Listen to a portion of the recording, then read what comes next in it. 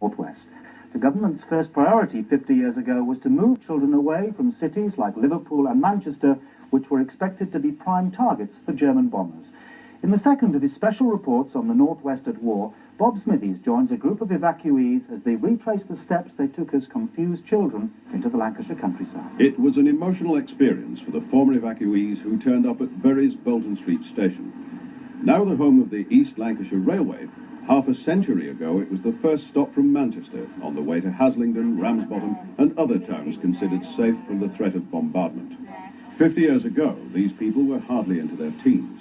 Many were as young as 6 or 7 as they began their journey into the unknown. I think I remember it's the crowds at Victoria Station and the smell of the train in there later. So that sulphur used to get chasing him out. And it just seemed utter chaos. With the photo parts of Manchester, we had a pillowcase. The long been stuffed in the pillowcase and the obligated gas mask slung round us, of course, and the big label used down here with your name and your school where you came from. We'd been told that they were taking us away because there might be a bombing in Manchester and they were moving us to a safer place, but we didn't really know where it was. And the day we set off, it was kind of a day trip out somewhere. That's how I felt about it. Mother and father would tell the thing.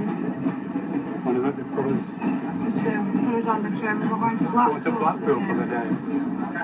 And we all got onto Manchester Victoria Station and all of us both huddled together. Mother sat me at the side of him on the train and she said, stick to his hand. Don't let go, and I didn't. I enjoyed the train journey and seeing things I'd never seen before, like the countryside. I hadn't been used to seeing countryside. Never seen a cow. Have we? And I couldn't get over the open expanse of the fields and that, because the biggest thing we'd seen as far as grass was concerned was Brickdale Park, which was near the school, and it was like most parks in Manchester, well-mown grass, trees, forms, a bandstand and things like that. But this was all different. It was kind of, it looked more raw nature, like natural, rather than tended by gardeners and things. And it was beautiful. I think I've seen in picture books. Yeah. The 200,000 Manchester children who swarmed into Lancashire's rural areas were no less surprised by what they found when they reached their new homes. We was going out, and of course everyone's there welcome, it's all well and cheering the kiddies along, and at the side one side of the street there's this greengrocer's shop, and he's got all his wares showing on the front line, a big wooden table. And I said to her, hey, this is all right, if you've got fruit out for us here. So I goes across, dives and gets myself a bucket full of plums, and at the same time gets myself a cuff round the ear hole for pinching them, which I didn't know at the time. Because you never saw things like that in Manchester. Things goods lined up outside the shops, like you did here. Everything was so open here, nothing like Manchester whatsoever. Government propaganda tried to reassure parents that their children were content in their new surroundings. Here in the country, children are safe and happy.